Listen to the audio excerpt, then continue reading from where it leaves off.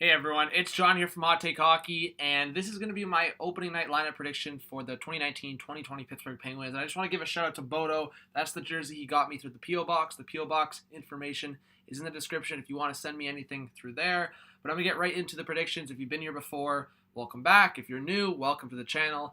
And let's get into my prediction. So, my prediction for the opening night for the Pittsburgh Penguins, the forward group, Jared McCann, Sidney Crosby, Jake Guentzel, I see that being the top line. Guentzel and Crosby played really well together. Guentzel had a career year, and Jared McCann just complements those two well. Obviously, McCann can play the center role as well, but you just got a top nine. You've got three centers that are going to work out, for me, really well, especially your top six. And that goes down to your second line of Hornqvist, Malkin, and Galchenyuk. I really think Hornqvist and Malkin in the past, we've seen them play well together, but they've been missing an extra piece. And I think Galchenyuk is that extra piece. Galchenyuk and Malkin seem to already be connecting. Malkin took a stick off of Galchenyuk, and he was already loving it. I just think these two guys are going to play very well together.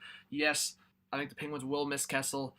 Kessel brought a lot to this team, but when you have locker room issues, Malkin didn't want to be on this team with Kessel. That's just not going to work, and you had to move one of them. You wanted to keep Malkin, obviously. Kessel moves on. You get Galchenyuk. Third line, Brandon Tanev, Nick Bjugstad, and Dominic Cahoon. Honestly, I don't know how the Blackhawks gave up so easily on Cahoon. He had a really good year. So the Penguins possibly cash in big on Cahoon.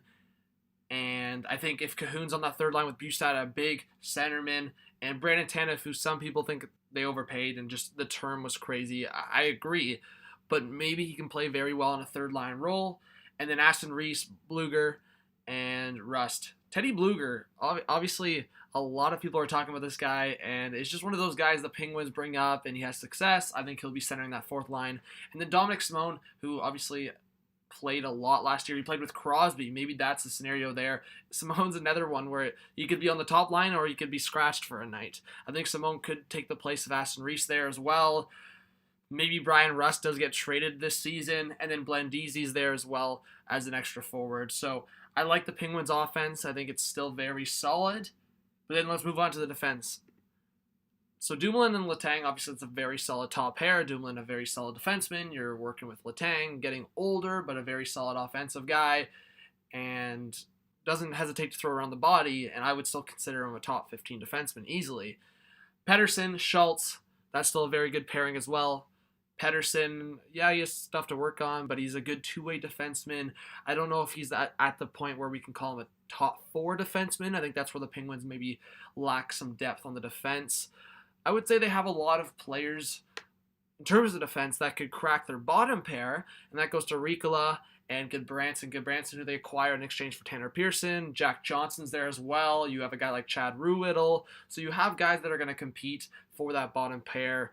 And I just think Pettersson is the guy that has the edge. He just re-signed to be in that top four. And again, I talked about potentially them trading Justin Schultz. He has 1 year left on his contract, so he's a pending UFA.